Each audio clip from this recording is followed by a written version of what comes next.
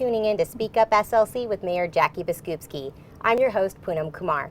If you've got questions for the mayor, please send them to us at #SpeakUpSLC on Twitter, or you can join us in our live chat room.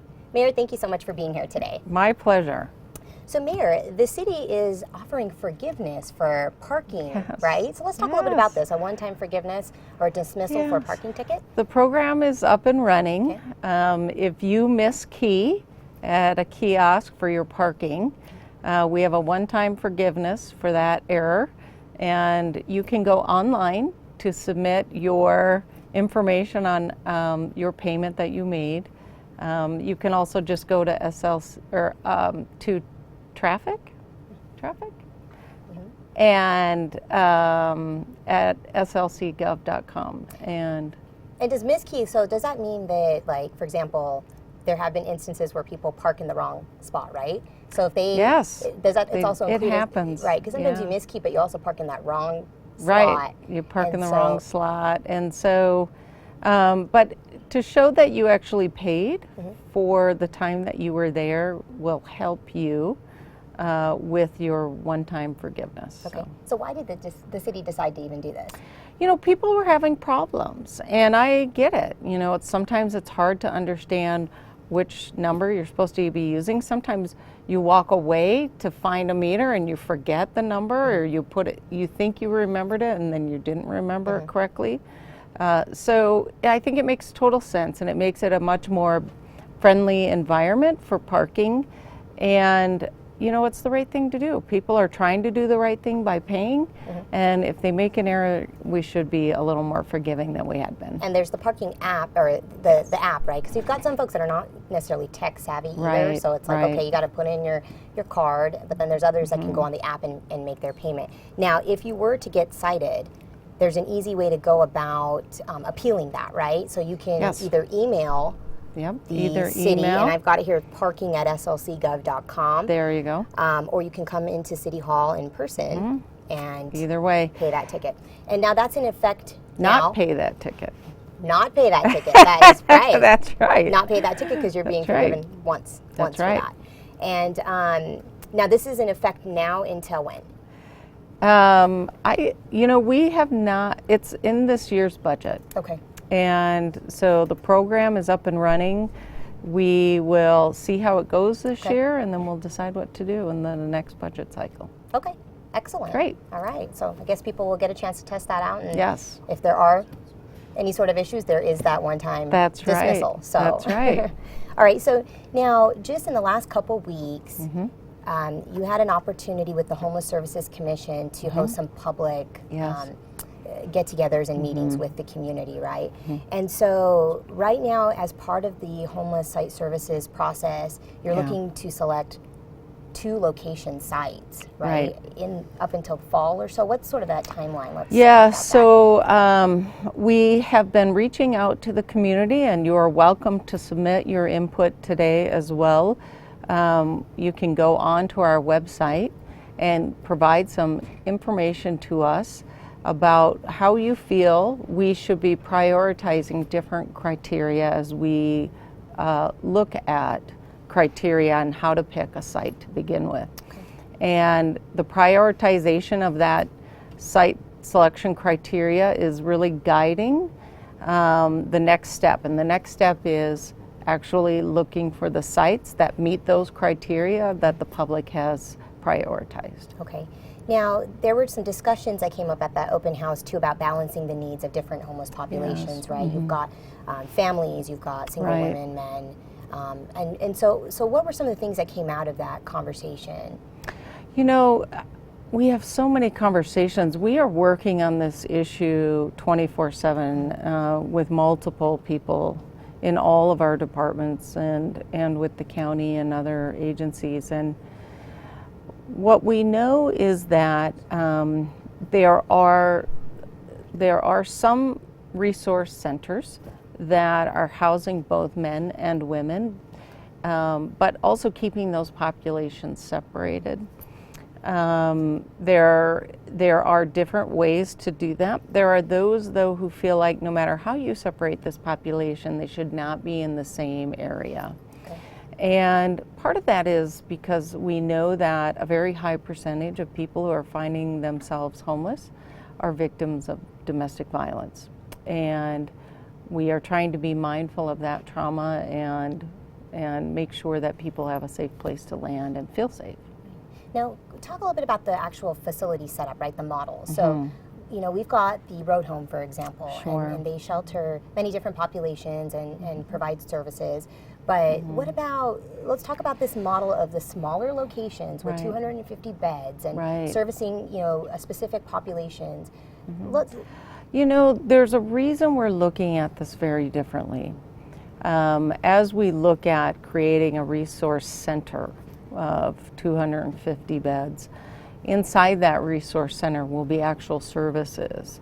And the number is small enough that you can actually meet with everybody and do intake and get a real assessment done on finding out why somebody is homeless to begin with, and then what is your path back to independence. Challenges are different for each individual. Challenges are different for everybody, and it's important to do that assessment right up front, and that helps us mitigate the number of days you are homeless, and it also helps us figure out, you know, what happened in your life that brought you to this point, and then let's figure out how to get you back.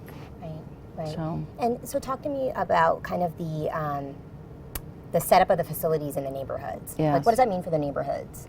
Right. So I know there's a fear, you know, people are always like worried about the congestion of the road home, and what's that like with the VOA and some of these places? You know, I want people to understand that the new resource centers that are being built today are so different than the shelter model from the 70s and 80s. And these resource centers exist currently in the city.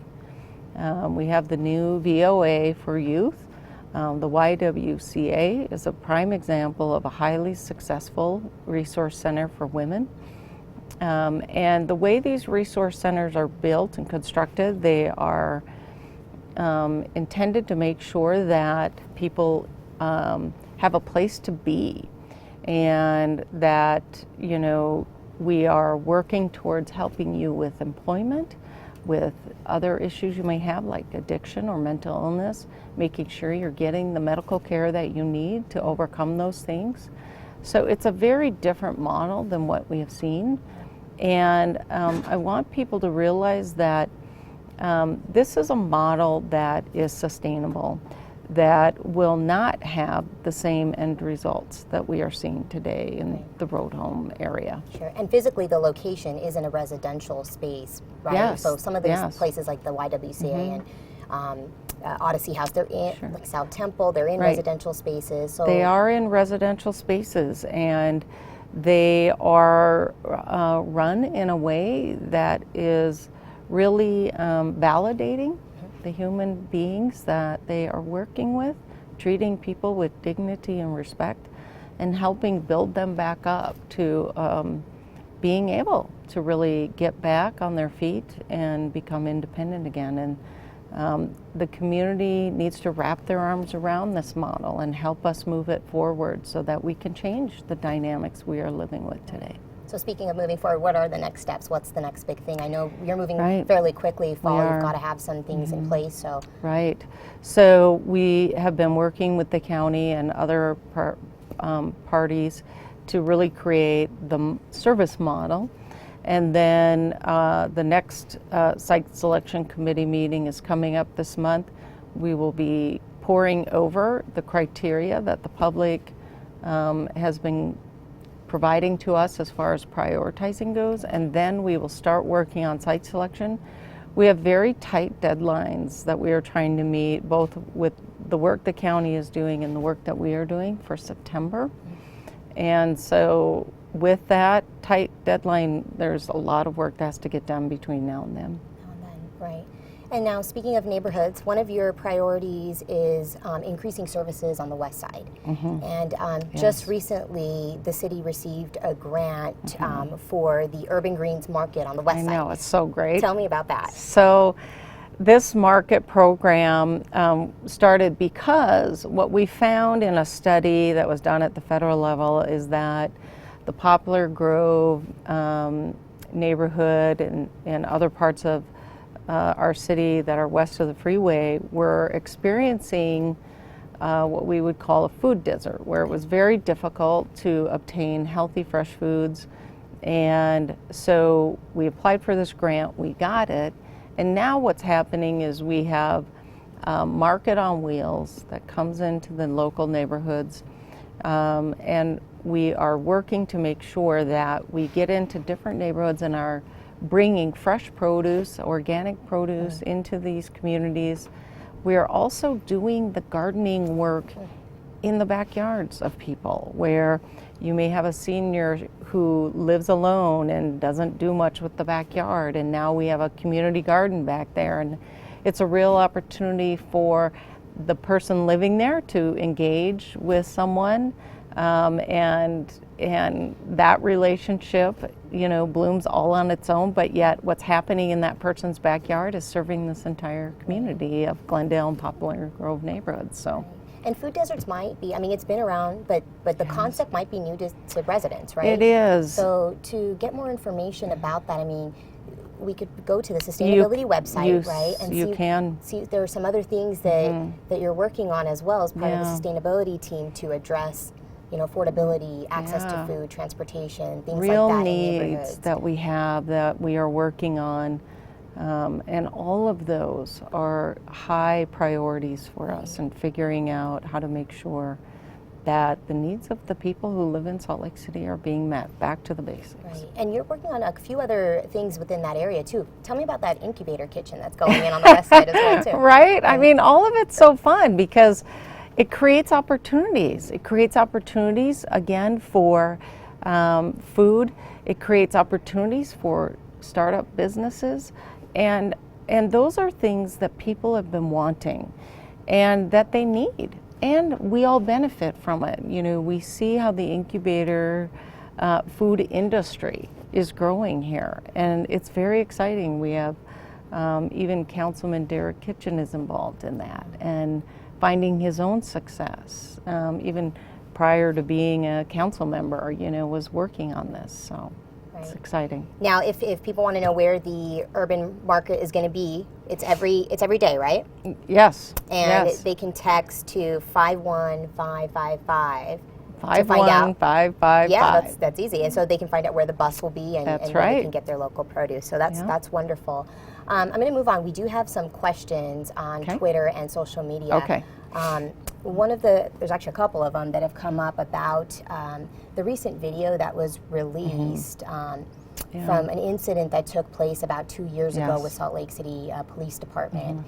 And so, Mayor, the question that continues to arise is, you know, what are some of the steps? What are we doing here as a city to address some of the stuff that's happening? You know, there's so much we have been doing, and the work is really, we are getting a lot of praise. So part of what's happened is we brought on Dr. David Parker, and he is going to become a senior advisor to the chief of police, and he has been working with us as a volunteer for many months, trying to help us walk through some very positive steps on how to make sure that we as a department are building trust with this community. And those steps have been very positive for everyone involved. The other parts that we've been working on is, you know, everyone's going through de-escalation training. We are tracking training. Training has never been tracked by the city for anything. So training is being tracked to make sure that people are getting training now and then repeat trainings down the road for, you know, a refresher. We also have been working with a community advocacy group, and that group is citizen-based. They have been some of the people who have really been calling into question some of the things that have happened, and we have been working closely with them, and what we're finding is that we're building a very strong working relationship that is very respectful. People are learning about each other and what our operations are and what we are required to do, but also understanding, why some of these concerns keep coming up.